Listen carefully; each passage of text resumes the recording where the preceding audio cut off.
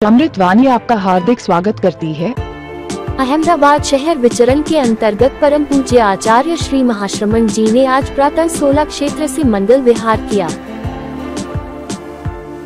श्रद्धालु श्रावक समाज पर आशीर्वाद बरसाते हुए आचार्य प्रवर गंतव्य हेतु गतिमान हुए।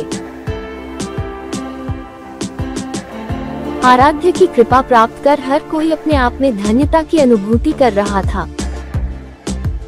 विहार के दौरान हल्की बूंदाबांदी भी कहीं कहीं हो रही थी। लगभग 9 किलोमीटर विहार कर ठाकुर भाई देसाई हॉल में पूज्य प्रवर प्रवचन कार्यक्रम हेतु पधारे। तत्पश्चात अम्बाबड़ी स्थित कोठारी निवास पर गुरुदेव प्रवास हेतु पधारे। सायं पूज्य प्रवर नवरंगपुर स्थित तेरापंथ भवन में रात्रि प्रवास हेतु पधारे। मंगल प्रवचन में आचार्य श्री ने कहा, आचार्य श्री महाप्रज्ञ जी का यह जन्म दिवस है, प्रज्ञा दिवस। प्रज्ञा तो आचार्य श्री महाप्रज्ञ जी हमारे धर्म संघ में 10 आचार्यों में सर्वाधिक जीवन काल प्राप्त करने वाले, 90 वर्ष का लगभग उनका जीवन काल था और हमारे धर्म संघ में उनका एक स्थान था। मुनि अवस्था में ही मानो उनका एक अपना महत्वपूर्ण स्थान बन गया था। मैंने कहा दोनों आचार्य विलक्षण थे, तो इस माने में भी विलक्षण कि आचार्य श्री तुलसी ने जीवन काल में आचार्य पद का विसर्जन कर दिया।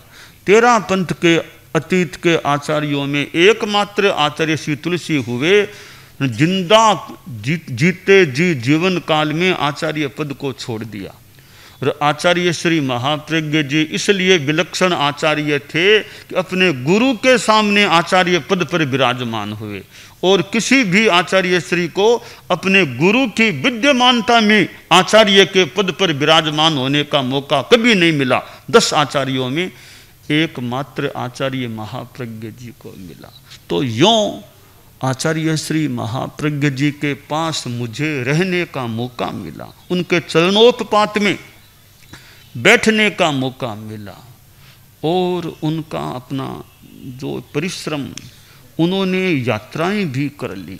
जीवन के 9वें दशक में उन्होंने गुजरात, महाराष्ट्र, मध्य प्रदेश, दिल्ली, हरियाणा, पंजाब, राजस्थान तो है ही, कितने अनेक प्रांतों की उन्होंने यात्रा जीवन के 9वें दशक में की थी।